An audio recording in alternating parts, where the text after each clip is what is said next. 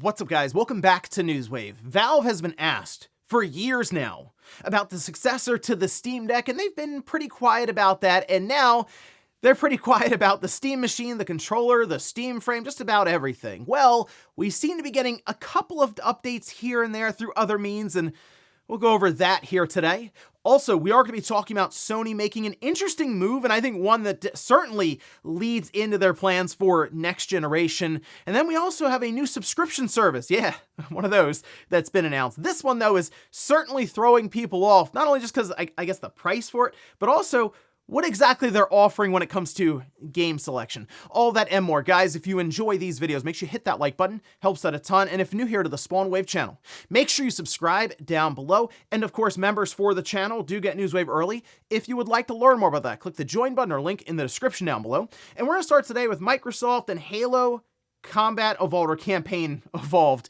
The title still kind of throws me a bit on that one, but as we're rolling into June, when Microsoft will have their big showcase that will end with a Gears War E-Day presentation, some are wondering if Halo could be closer than we were thinking, as in, could it come out in June? Now, this was all broken down, we can see, over on Reddit, and the person kind of goes through this with this Fanta partnership that's happening here, which, by the way, there's like there's a skin that's redeemable, right? It's the Master Chief's fantastic Spartan armor that is, well, just themed around Fanta, I guess, the orange theme there.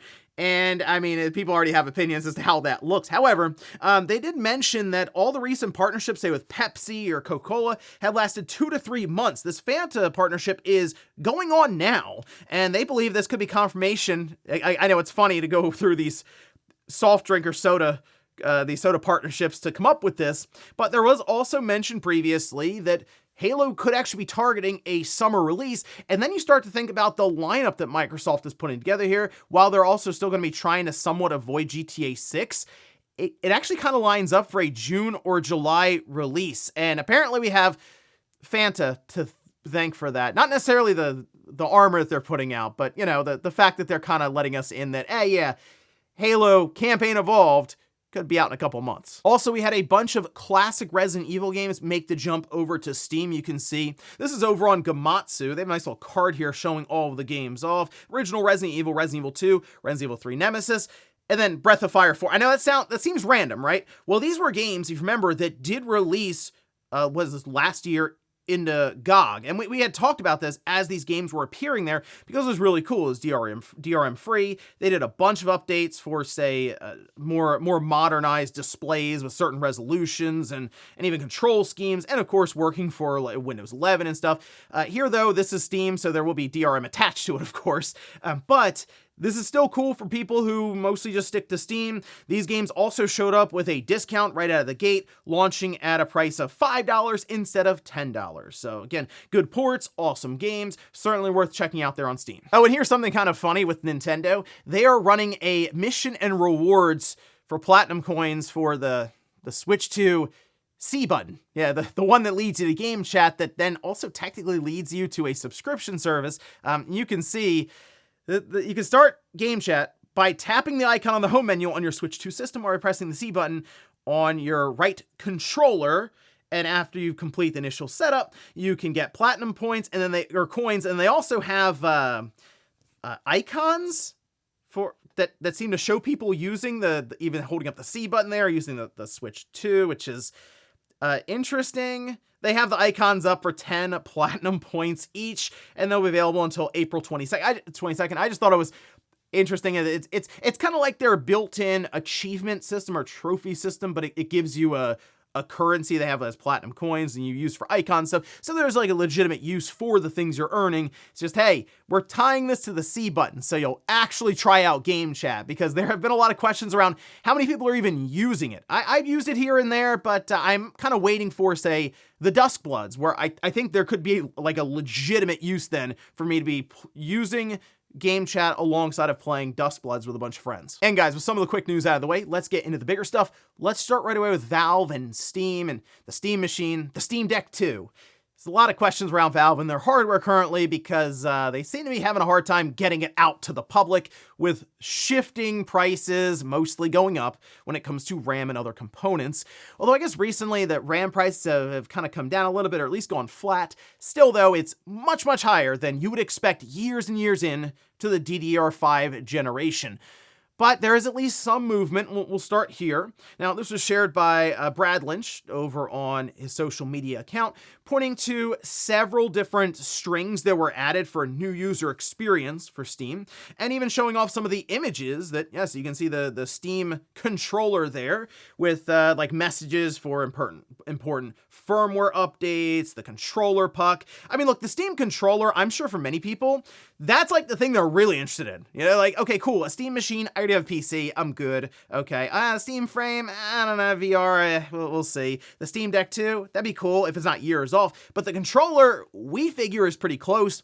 And if I had to take a guess, it's not the thing that's holding up the release. I think Valve naturally wants to put out all of their hardware all at once, or at the bare minimum, the controller alongside of the Steam machine, because you figure there's at least a bundle that includes the Steam machine, if not just outright. That's just the day one setup there, the controller and the system.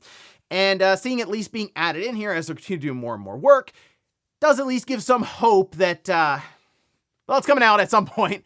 And some have wondered, could they actually put the controller out if the Steam machine is really being held up, say, I mean, going into 2027, it's possible the way that Valve is discussing this now, it's like, hey, we're gonna try to get it out in 2026. I mean, you'd like to think the controller, even if it's worst case scenario, it's more expensive than people were expecting at, say, I don't know, $80 or $90 or something, they would at least still be able to deliver that to the market, whereas most of the other stuff may have to miss this year entirely. Now, the other thing here actually is the Steam Deck 2, and people have been very interested in this because the Steam Deck, as it stands now, cool handheld, it's getting a little old. I think most people realize that. You see some of these newer titles come out, and it's like, you know, don't even really try it on the Steam Deck. It's struggling. It certainly works well for older titles or even smaller indie games, and in some cases, larger AAA games with the settings turned to lower than minimum, right?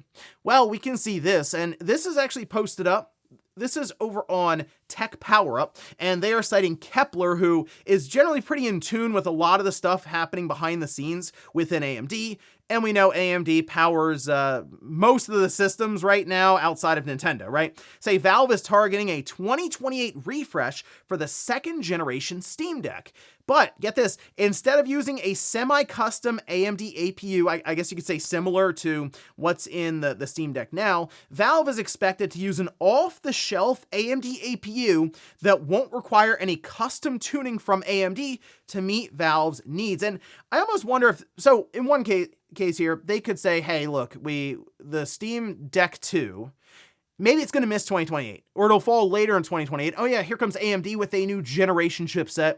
It would have been nice to use that, but we did a custom setup. No, in this case, they can just move right to that while this thing is still being set up in development. So that is one positive.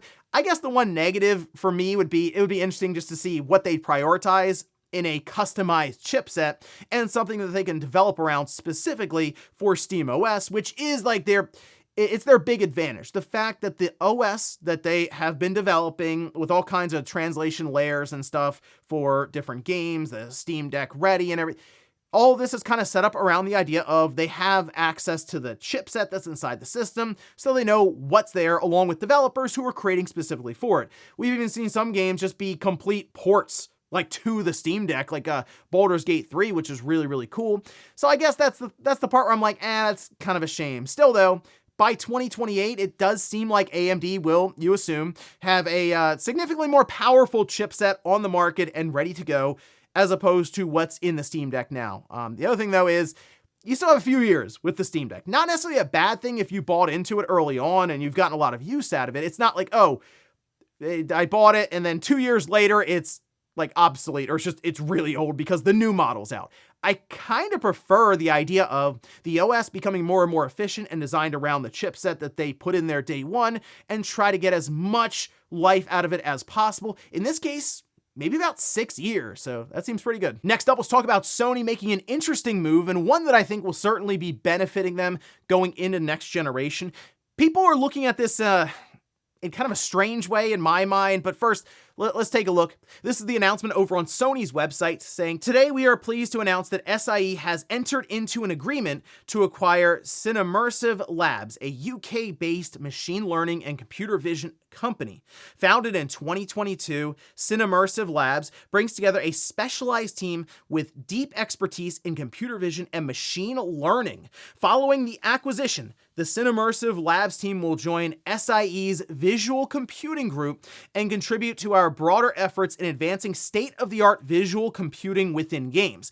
This includes applying machine learning to enhance gameplay visuals, improve rendering techniques, and unlock new levels of visual fidelity for players." So, I mean, this is funny because we're coming off of the whole debacle with DLSS 5. People are reading into this in two ways. One, they're reading into it like AI is going to do here what happened with DLSS 5, and it's going to change the artistic vision for all these different games with one big screen swipe.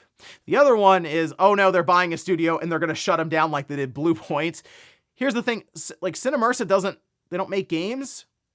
They're a technology company, and they'd be working completely with Sony on the idea of, hey, let's, yes, apply machine learning and AI in order to say boost rendering resolution. You know, like, obviously Sony is all in right now with things like PSSR, working with AMD on their Project Amethyst, where the point of this is to continue developing things outside of, hey, let's just make the GPU bigger. Let's just make it just more raw power, because there is a limit, as Mark Cerny has said himself, and only so much you can pack into like a smaller system. And I say smaller in quotes because we see the size of the PS5. So now they're trying to come up with all these other ways to, yes, make the system more efficient and be able to punch well above its weight, which is, I mean, really has been always the mentality of the console, because you give these developers access to lower level tools to be able to squeeze as much juice as they can out of a chip that otherwise wouldn't be able to do most of the stuff. And I think that's going to be the big push when they do have the PlayStation 6 being unveiled to everyone. It's going to be like, yes,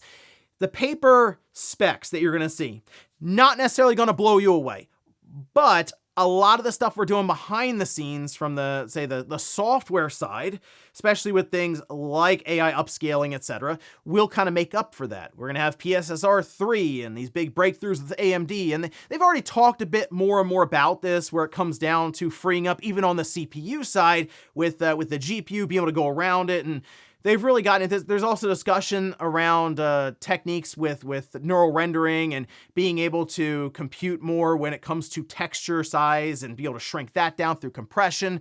And all that sounds great in the sense that the games will load faster, they'll run better, they'll look better without necessarily having to, yes, look towards a very, very expensive GPU. And that's the thing though, even with all of this in mind, I'm still in that camp of, ooh, the PS6 is going to be a struggle to get that thing under $800. And for me, with the disk drive, probably more than that. So this is, I think, a step in the right direction for Sony, provided they can pull it off. And clearly they're looking around for acquisitions, not necessarily to make games, but to help make their next system. Next up, let's talk about some unfortunate news. Once again, with The Last of Us Online, the canceled project from a few years ago. Well, now we're getting a bit more information around this from the director on the project. This was super random yesterday when this popped up. So this is actually taken from a clip, and I think this was also, I was looking around the podcast a bit and was finding some pieces of this, but not necessarily all of it. So Kotaku transcribed it, and then I did see, like, here you can see this. This is over on social media from Akami, who did just post the 2.5-3 minute clip where the director is talking on the Lance E. Lee podcast, and I'll have that linked down below in the sources as well, because they talked about a whole range of other stuff. It's like an hour or so podcast, and the important part was like 5 minutes or so, but they did work on The Last of Us multiplayer for 7 years, even mentioning they started there in 2016, and it was, according to them, 80% or so done. So I know it's like 80%, but then you have 20% that really takes a while because you're bug checking, and I assume for an online game, the QA is quite in-depth and could take a while, right? But they were told about the cancellation of their game that they've been working on for like 7 years or so. They were told about it 24 hours before we found out about it. And according to him, that's because they wanted to be able to control the messaging. You start telling people at the studio, it can get out, as we see all the time, because look, if you're working on this game for that long, that's devastating to hear about it, and you're probably going to go vent to somebody or multiple people, and in their mind, they're like, we can't really have that. Let's not tell them 2 weeks in advance. We'll tell you the day before. Now, they did also go over reasons as to why this happened, and it's kind of what we've already heard multiple times. As the pandemic and the lockdowns were happening and people were staying inside, they were looking towards gaming or other forms of entertainment that they normally would not spend as much time on. And so money was flowing like crazy into the industry. So Sony naturally was looking around, as many of these other companies were, investing in all kinds of multiplayer games because people were looking for social experiences. And they figure, hey, I guess it'll still be like this in a few years, which is still weird to me that was the thought process. But clearly it was, because so much of Sony has been hinged on a lot of these live service projects throughout this generation. But as you assume, as the pandemic and the lockdowns wind down and people are going outside again, they're spending less time on all these different multiplayer games. And it got to a point where they went, do we want to work on this Last of Us Online game?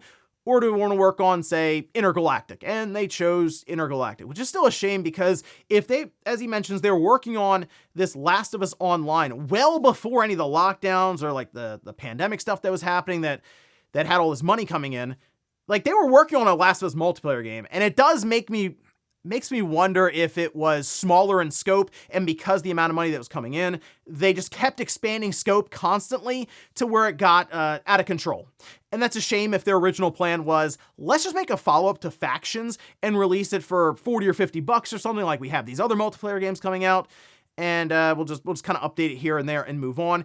Because really, I kind of think Last of Us fans would have been thrilled with that. I mean, they still play Factions to this day online. You can still find a match if you fire it up. So yeah, a Last of Us Factions 2 built around like the Last of Us 2's gameplay, and then also working into utilizing the PS5. That they probably would have had something there, and unfortunately, we'll never know. And in our last bit of news, let's talk about a new subscription service that, it's certainly causing conversation online because it's geared towards indie games. Now, we can see this. This is over on gamesindustry.biz, who had a whole write-up on this thing, even talking with some of the people who are behind this, saying independent game publisher Indie.io is launching a subscription service called Indie Pass, which will offer access to a revolving catalog of indie games for $6.99 a month.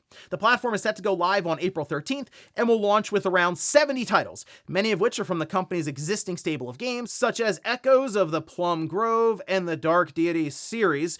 But the firm is working to sign up games from other developers who'll earn from a revenue share based on player engagement. Okay, so this is weird because, look, it's $7 a month, so it's not like, it's $20 a month, guy. No, it's on the cheaper side, to where people might look at that and go, okay, 70 games, $7, I'll try it for a month. Maybe it's just me, I don't necessarily correlate indie game with like subscription service that's like Game Pass. If I see an indie game, typically it's priced decent enough. Like, most indie games don't show up and they're like, we want $70 for this. Most go, hey, how about 15 or $20? And you look at it and you go, that seems pretty interesting. The reviews come out. It's creative. Okay. Yeah, sure. I'll check this game out. I don't necessarily think, I got to go sign up for the subscription service. So again, maybe that's just me, but $7 for 70 games. I see people going back and forth on this. Like, is it that necessary? I guess for discoverability, as they mentioned, it's like, hey, you might have the service and here's an indie game that pops up. But then I'd argue it would make more sense for them to go to a Game Pass, provided Microsoft, of course, would even accept them. So I guess maybe this is like the rung below Game Pass for indie games. Also, how do you judge what's indie and what's not? Because we've seen some games that are done by big publishers even kind of work their way into the indie discussion. So let me know what you think about the idea of a Indie Pass down below Game Pass, but for indie games at $7 a month. And before we go to the comment of the day, we'll take a look at the poll that I posted up yesterday, where I asked, do you currently have a Steam Deck? Okay, 73% say no, but 27% say yes. I saw some people in the comments like, yeah, I still got the LCD model from way back in the day, and it still works pretty well, actually. And all things considered, of course, again, newer, larger AAA games can struggle on it, but it's still, I think, a very good value for what it provides. Although I know the prices have moved up for Valve with this system. I mean, when it first came out and it was $400 years and years ago, it was a pretty good deal. You don't have to pay for online. The Steam sales are generally very, very good. But when you get a nice winter sale or autumn sale that hits, you can find all kinds of stuff for super cheap. I'm curious the direction they're able to go in with the Steam Deck 2. Again, we're years off, 2028. It's, like we're a couple of years, things can change, obviously. But right now, with them struggling to get the Steam machine out, and that's more or less sure, it's custom, but that's more or less like a smaller shuttle PC versus a Steam Deck 2 that has to be heavily customized as a handheld to make it all work within a certain price structure. That would be very, very challenging to do right now. And we'll finish up with the comment of the day, as you're seeing here.